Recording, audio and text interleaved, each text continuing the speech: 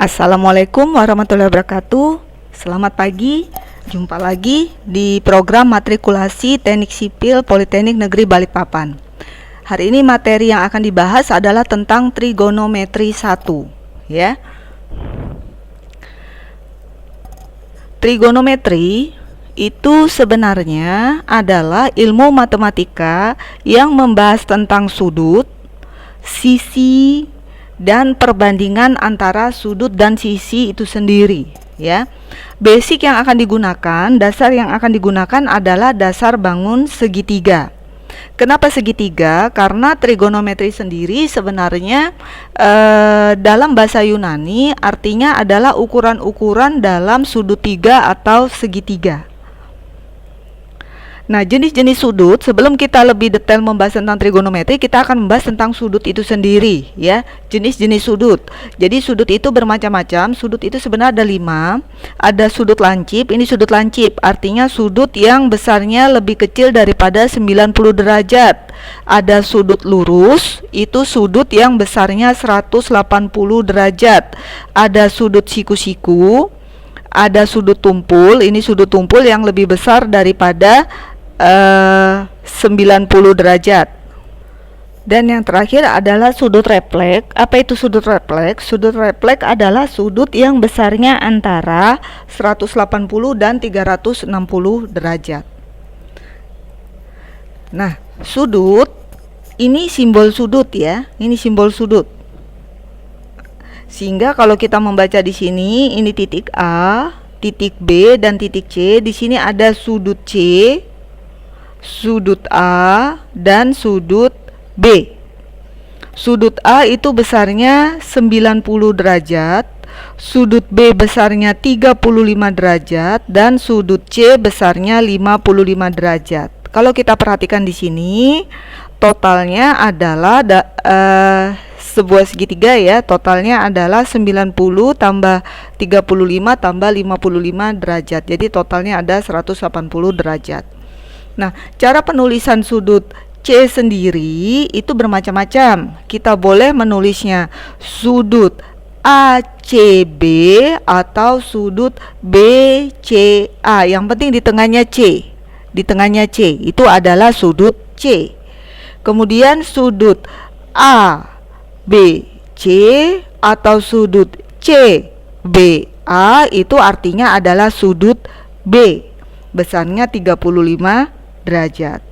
Yang terakhir ada sudut CAB atau sudut BAC, itu sama dengan sudut A, besarnya 90 derajat. Nah, besar sudut tadi sudah saya singgung pada slide sebelumnya. Besar sudut itu yang pertama adalah total sudut sebuah segitiga itu jumlahnya harus 180 derajat. Sehingga kalau kita perhatikan di sini, sudut A ditambah sudut B ditambah sudut C total harus 180 derajat, ya. Sudut A, sudut B, dan sudut C. Total 180 derajat. Nah, kalau sudut yang berseberangan seperti ini nilainya sama. Jadi kalau di sini 60 derajat, yang sebelah sini juga akan 60 derajat. Demikian juga dengan yang ini. 30, maka bagian yang di sini juga akan 30 derajat. Sehingga total yang ini adalah 90 derajat atau siku-siku. Biasanya siku-siku kita memberikan simbol seperti ini. Ya. Kemudian sifat yang ketiga adalah kalau besar sudutnya sadap, maka besarnya adalah sama. Nah, ini sudut yang di titik E itu sama dengan sudut yang di titik D, ya, nilainya sama besarnya. Sisi pada segitiga. Nah, kalau tadi ingat trigonometri itu mempelajari sudut, sisi, dan hubungan daripada sudut dan sisi. Kalau tadi kita bicara sudut, sekarang kita akan bicara tentang sisi. Sisi, apa itu sisi? Nah, ini yang dimaksud dengan sisi adalah kalau di sini sudutnya alfa, maka yang dimaksud dengan sisi ada 3 sisi karena segitiga memiliki 3 buah sisi. Sini alfa, di seberangnya alfa ini kita sebut dengan sisi depan. Ya, yang bagian sampingnya ini kita sebut dengan sisi samping, yang ini adalah sisi miring. Jelas ya? Jadi kalau ini alfa, ini sisi samping, di sini adalah seberangnya sudut, dan ini sisi miring. Kemudian kalau di sini beta, maka yang dimaksud dengan sisi depan itu adalah yang ini. Di depannya sudut beta. Yang di sini adalah sisi samping, dan yang ini adalah sisi miring. Nah, jadi kita harus membiasakan menggunakan rumus sin, cos tangen, kosekan, sekan, dan kotangen. Biasakan jangan menggunakan X atau Y. Khawatirnya kita akan keliru ketika sudut itu berubah posisi, ya. Namun apabila kita bisa memahami, itu tidak masalah sebenarnya, ya. Nah, sekarang perhatikan ini. Sinus alfa itu artinya adalah sisi depan per sisi miring, depan per miring. Sin alfa depan per miring. Sehingga kalau sin alfa berarti yang ini dibagi yang ini, depan dibagi miring. Kalau sin beta yang mana? Yang ini dibagi ini. Jelas ya? Kemudian ada lagi kita mengenal istilah kosinus atau cos. Cos alfa rumusnya adalah sisi samping per miring. Samping yang mana? Kalau alfa yang ini berarti samping dibagi miring.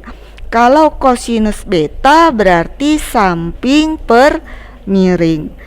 Demikian juga dengan tangen alfa. Tangen alfa ini bermacam-macam.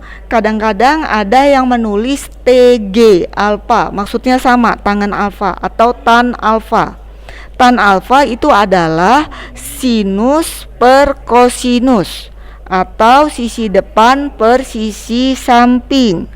Tan desa, ya, tan desa. Biasanya ini disingkat sin demi kosami tan desa, depan per samping. Kalau depan per samping berarti yang alfa, ya, tangen alfa depan dibagi samping, tangen beta depan dibagi samping. Oke, kemudian selain sin, cos, tangen, kita juga mengenal istilah kosinus. Ada yang menulis CSC, ada yang menulis kosek, COSEC. Ada juga menulis seperti itu. Ada kosekan alfa, ada sekan alfa, ada kotangen alfa, ya. Ini masing-masing kosekan alfa itu apa? Kosekan alfa itu adalah 1 per sin alfa. Kalau sin alfa tadi sisi depan per sisi miring, berarti kosekan alfa adalah sisi miring dibagi sisi depan. Sekan alfa itu adalah 1 per cos alfa. Kalau cos alfa sisi samping per sisi miring, maka sekan alfa sisi miring per sisi samping. Kotangen alfa itu adalah 1 per tangen alfa. Kalau tangen alfa sisi depan per sisi samping, maka otomatis kotangen alfa adalah sisi samping per sisi depan, ya. Berarti kalau kotangen alfa sisi samping per sisi depan, kita tinggal masukkan yang ini. Kalau alfa sisi samping dibagi sisi depan. Kalau kotangen beta sisi samping dibagi sisi depan, ya. Sekarang kita akan masuk ke dalam contoh soal berikut. Ini adalah sebuah soal, ya, soal di mana diketahui tinggi segitiga 5 cm, kemudian alas segitiga adalah 12 cm, maka sisi miring dapat kita hitung. Sisi miring dapat kita hitung dengan rumus Pitagoras. Akar 5 kuadrat ditambah 12 kuadrat, maka ketemulah hasilnya 13 cm. Kemudian di sini kita akan menentukan sin beta, cos beta, tangen beta, kosekan beta, dan sekan beta. Nah, serta kotangen beta ya. Jadi ada 6 yang bisa kita cari dari segitiga ini. Kosekan beta, sin beta, maaf, sinus beta. Sinus tadi apa? Depan per miring ya, di depan, sisi yang di depan dibagi sisi yang miring, 5/13. Kosekan beta berapa? Samping per miring, 12/13. Tangen beta itu adalah depan per samping, depan dibagi samping. Kosekan beta kebalikannya dari sin, berarti miring dibagi depan. Sekan beta miring dibagi samping, miring dibagi samping. Kotangen beta adalah samping per depan ya.